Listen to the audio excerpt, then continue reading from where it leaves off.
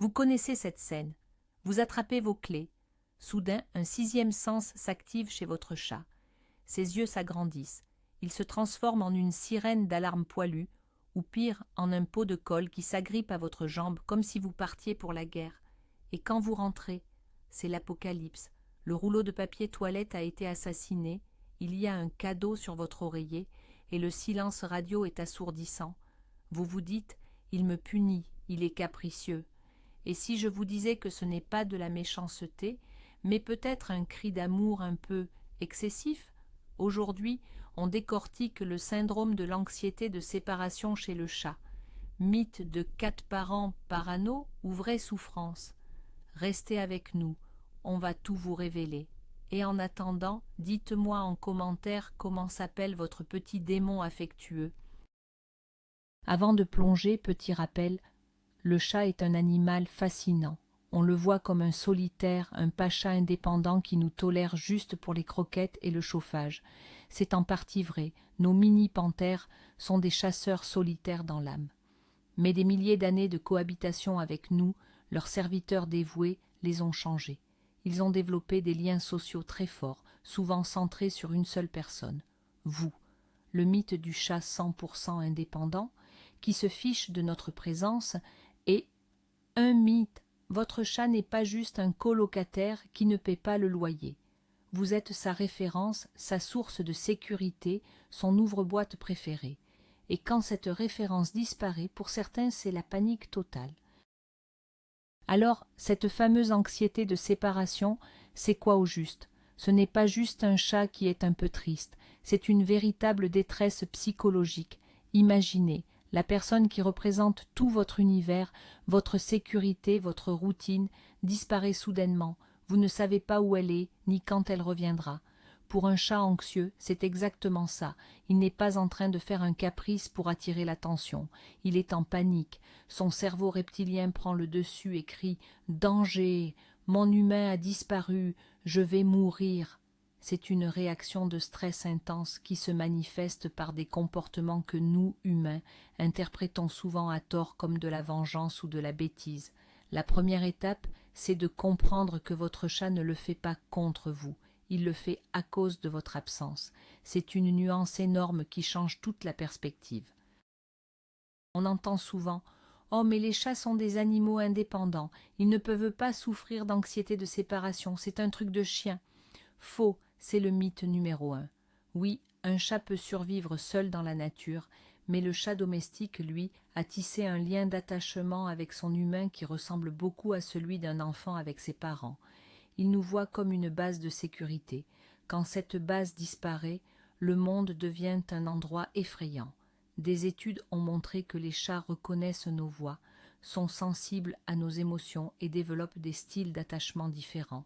Certains ont un attachement sécure, d'autres un attachement insécure.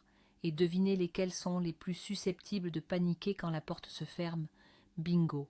Votre petit pot de colle n'est pas un cas isolé, c'est une réalité scientifique. Premier signe qui ne trompe pas, les vocalisations excessives.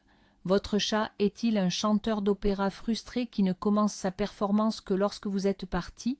Si les voisins se plaignent de miaulements lugubres et interminables, ce n'est probablement pas parce qu'ils répètent pour The Voice. Ces miaulements sont souvent graves, longs et traduisent un profond désarroi.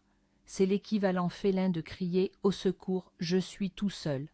Il n'essaie pas de vous rendre fou à distance, il exprime sa panique de la seule façon qu'il connaisse, il appelle sa figure de référence, son phare dans la nuit, c'est-à-dire vous. C'est un comportement instinctif pour rétablir le contact. Filmez-le en votre absence, vous pourriez être surpris par l'intensité de son concert. Mais pourquoi hurle-t-il comme ça? N'a-t-il rien de mieux à faire, comme une sieste de 18 heures? Pour le chat, vocaliser est un outil de communication puissant. Il sait que quand il miaule, il obtient une réaction de votre part. En votre absence, il utilise cette même technique dans l'espoir que ça marche. C'est un peu comme si vous étiez perdu dans un supermarché et que vous appeliez « maman ». Il ne cherche pas à vous embêter, il cherche le réconfort. Il essaie de combler le vide immense que vous avez laissé. Le silence de l'appartement devient angoissant, alors il le remplit avec le son de sa propre voix, dans l'espoir que la vôtre lui réponde. C'est un cri du cœur, pas une tentative de destruction de vos tympans, enfin, la plupart du temps. Signe numéro 2, le plus visible et le plus agaçant, la destruction. Vous rentrez et votre appartement ressemble à une chambre d'hôtel après le passage d'un groupe de rock. Les coussins sont éventrés, les plantes sont déterrées, et les rideaux, parlons-en des rideaux. On pourrait croire à une vengeance froide et calculée. Tu m'as abandonné, je vais donc anéantir ton canapé suédois. En réalité, ce comportement n'a rien de vindicatif. C'est une manifestation physique de son anxiété. Le chat, stressé, a besoin de se défouler, griffer, mordre, tout jeter par terre. C'est un moyen pour lui de libérer la tension accumulée. Il ne cible pas vos objets préférés par haine, mais parce qu'ils sont là, à portée de patte, pour évacuer son trop-plein de panique.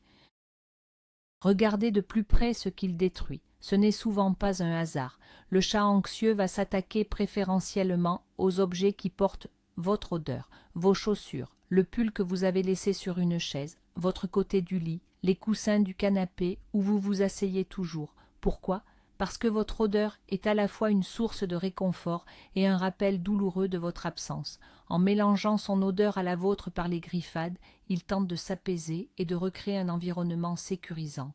C'est un comportement de marquage territorial et d'auto-apaisement. Donc, quand il déchiquette vos nouvelles baskets, il ne dit pas « j'ai mauvais goût ». Il dit « tu me manques tellement que j'ai besoin de sentir ton odeur partout, même si ça implique un carnage ». Le troisième signe est délicat, mais très parlant, la malpropreté, le fameux pipi de vengeance. Vous rentrez et découvrez une flaque jaune sur votre lit, votre tapis ou dans vos vêtements. L'envie de hurler est forte, on est d'accord. Mais, encore une fois, ce n'est pas une vengeance. L'urine et les selles sont des outils de communication olfactive très puissants pour un chat. En déposant son odeur à des endroits stratégiques et souvent imprégnés de votre propre odeur, comme votre lit, il essaie désespérément de s'entourer d'une bulle rassurante. C'est un marquage anxieux. Il se sent si vulnérable qu'il balise son territoire avec sa propre odeur pour se sentir plus en sécurité. Il vous crie « J'ai peur » avec les moyens du bord. C'est dégoûtant pour nous, mais c'est un signal de détresse pour lui. Attention, point crucial. Avant de conclure à de l'anxiété de séparation pour un problème de malpropreté, il est impératif de consulter un vétérinaire. Un chat qui urine en dehors de sa litière peut souffrir de problèmes médicaux très sérieux comme une infection urinaire, des calculs, du diabète ou une insuffisance rénale. C'est extrêmement douloureux pour lui et il peut associer sa litière à la douleur. Donc, la règle d'or, d'abord, on élimine la piste médicale. Une fois que le vétérinaire a confirmé que votre chat est en parfaite santé physique, alors on peut commencer à explorer la piste comportementale. Ne sautez jamais cette étape, la santé de votre félin en dépend. On ne diagnostique pas son chat sur Internet, même si notre chaîne est géniale. Quatrième signe, plus discret mais tout aussi inquiétant, le toilettage excessif ou overgrooming. Vous remarquez que votre chat passe son temps à se lécher au point de s'arracher des poils. Vous découvrez des zones où son pelage est clairsemé, voire à vif, souvent sur le ventre, les flancs ou les pattes. Ce n'est pas parce qu'il est soudainement devenu obsédé par l'hygiène. Le léchage libère des endorphines, les hormones du bien-être. Face à un stress intense comme la solitude, certains chats développent ce comportement compulsif pour s'auto-apaiser. C'est comme nous qui nous rongeons les ongles ou qui fumons une cigarette quand on est nerveux. C'est un trouble obsessionnel compulsif, TOC, qui peut provoquer des problèmes de peau sérieux. C'est un signe silencieux de grande souffrance. Le stress chronique, ce n'est pas juste dans sa tête. Il a des conséquences physiques bien réelles sur votre chat. L'anxiété de séparation, si elle n'est pas gérée, peut affaiblir son système immunitaire, le rendant plus vulnérable aux maladies. Elle peut causer des troubles digestifs comme des vomissements ou des diarrhées sans raison apparente. Certains chats peuvent même développer une cystite idiopathique, une inflammation de la vessie directement liée au stress.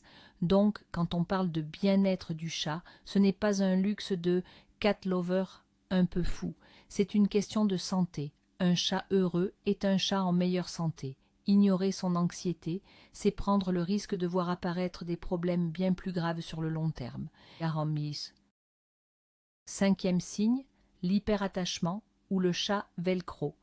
Quand vous êtes à la maison, est-ce qu'il vous suit partout, absolument partout, dans la cuisine, dans le salon, aux toilettes? Vous avez l'impression d'avoir une ombre poilue. Il se frotte constamment à vous, demande des caresses en permanence et s'installe sur vous dès que vous vous asseyez. On pourrait penser, c'est mignon, il m'aime tellement. Et c'est vrai, il vous aime. Mais quand cet attachement devient excessif et qu'il est couplé à de la panique quand vous partez, c'est un signe d'insécurité. Il essaie de profiter de votre présence au maximum, car il angoisse déjà à l'idée de votre prochain départ. Il ne vous lâche pas d'une semelle parce qu'il a peur de vous perdre à nouveau.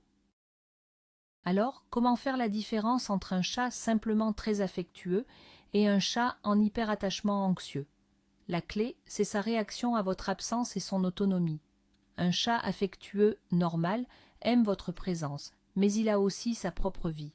Il peut dormir dans une autre pièce, jouer seul, regarder par la fenêtre. Il ne panique pas si vous fermez la porte des toilettes. Le chat en hyperattachement, lui, ne semble exister qu'à travers vous.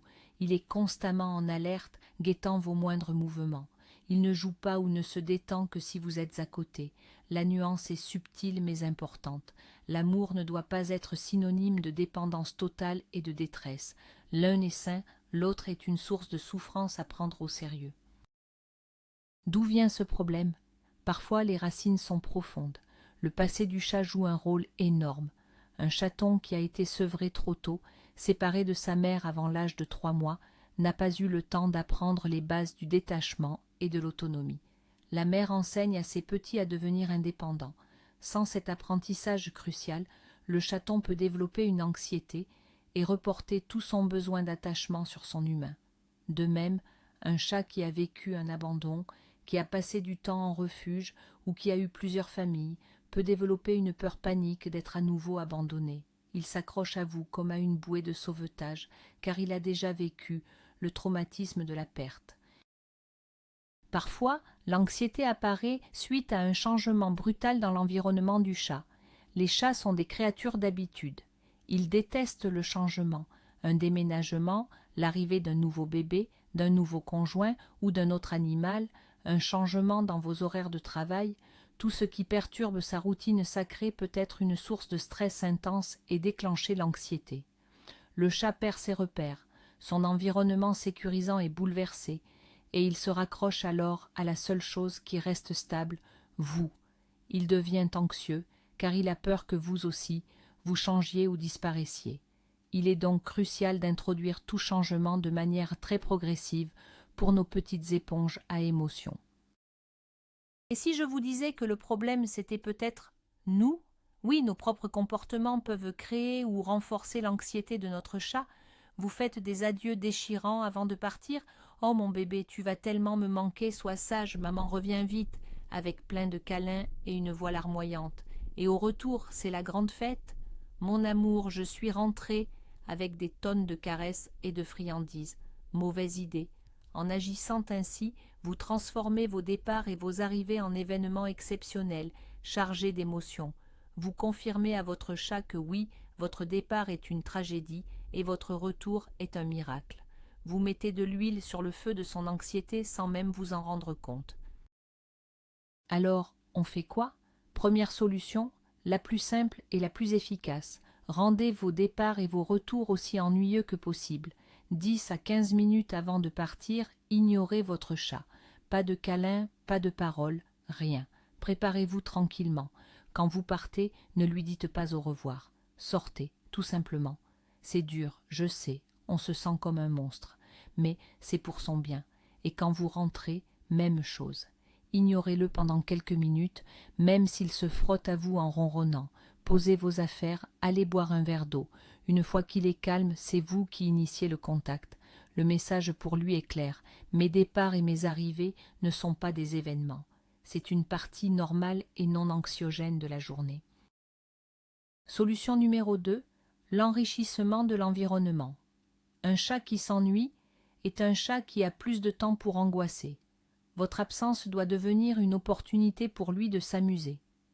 Transformez votre maison en parc d'attractions pour chats. Investissez dans des arbres à chats hauts, des griffoirs, des circuits de balles. Cachez des croquettes ou des friandises un peu partout avant de partir pour qu'il parte à la chasse au trésor. Utilisez des gamelles ludiques qui l'occuperont pendant un bon moment. Laissez la radio ou une chaîne de télé spécialisée pour chats allumée. L'idée est de stimuler son esprit de chasseur et de détourner son attention de votre absence. Un chat occupé est un chat qui a moins le temps de penser à quel point vous lui manquez. Solution numéro 3, la pharmacie du zen. Il existe des aides pour apaiser votre chat. Les diffuseurs de phéromones synthétiques qui imitent les phéromones faciales apaisantes que les chats déposent quand ils se sentent en sécurité peuvent être très efficaces. Branchez-en un dans la pièce où il passe le plus de temps. Il existe aussi des compléments alimentaires à base de protéines de lait ou de thé vert, connus pour leurs propriétés relaxantes. Vous pouvez les trouver sous forme de gélules, de friandises ou de poudre à mélanger à sa nourriture. Attention, ce ne sont pas des solutions miracles, mais des béquilles qui peuvent aider votre chat à mieux gérer son stress, en complément des autres solutions. Parlez-en toujours à votre vétérinaire avant de lui donner quoi que ce soit. Pour les cas plus sévères, on peut tenter la désensibilisation. Le but est de banaliser les signaux qui annoncent votre départ. Votre chat panique quand il entend le bruit des clés. Plusieurs fois par jour, prenez vos clés, faites-les tinter et ne partez pas. Asseyez-vous sur le canapé avec. Il panique quand vous mettez vos chaussures. Mettez-les et allez simplement dans la cuisine. L'idée est de dissocier ces actions de l'acte de partir. Ensuite, on passe à l'étape supérieure, les faux départs. Sortez de la maison pendant 30 secondes et rentrez, puis 1 minute, puis 5. Augmentez la durée très progressivement, sans jamais atteindre le point où il commence à paniquer. C'est un travail de longue haleine qui demande beaucoup de patience, mais qui peut faire des merveilles. Et si malgré tout ça, rien ne fonctionne, si la détresse de votre chat est trop grande, si les destructions continuent, si sa santé en pâtit, il ne faut pas avoir honte de demander de l'aide. C'est le moment de faire appel à un professionnel. Qui? Votre vétérinaire, en premier lieu, qui pourra vous orienter vers un confrère spécialisé en comportement animal.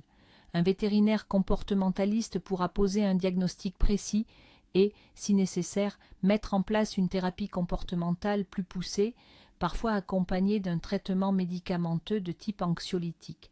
Ce n'est pas un échec de votre part, c'est au contraire une immense preuve d'amour que de reconnaître ses limites et d'offrir à son animal l'aide spécialisée dont il a besoin pour aller mieux. Et voilà les amis des chats, vous savez maintenant ce qui se cache derrière les concerts de miaulement et les destructions massives. L'anxiété de séparation n'est pas un mythe, mais une vraie souffrance pour nos boules de poils. Mais la bonne nouvelle, c'est que ce n'est pas une fatalité. En comprenant les signes et en appliquant quelques astuces, vous pouvez transformer le départ en un simple « à tout à l'heure » et non plus en un drame shakespearien. Rappelez-vous, derrière chaque bêtise, il y a souvent un chat qui essaie de vous dire quelque chose. Il ne vous déteste pas, bien au contraire, il vous aime peut-être un peu trop fort. Si cette vidéo vous a aidé à mieux comprendre votre tyran domestique, mettez un gros pouce bleu, abonnez-vous pour ne rien rater et partagez-la avec un autre humain de chat qui est au bord de la crise de nerfs. Et la question finale, quelle est la chose la plus folle que vous ayez essayé pour calmer votre chat avant de partir? Racontez-nous tout en commentaire.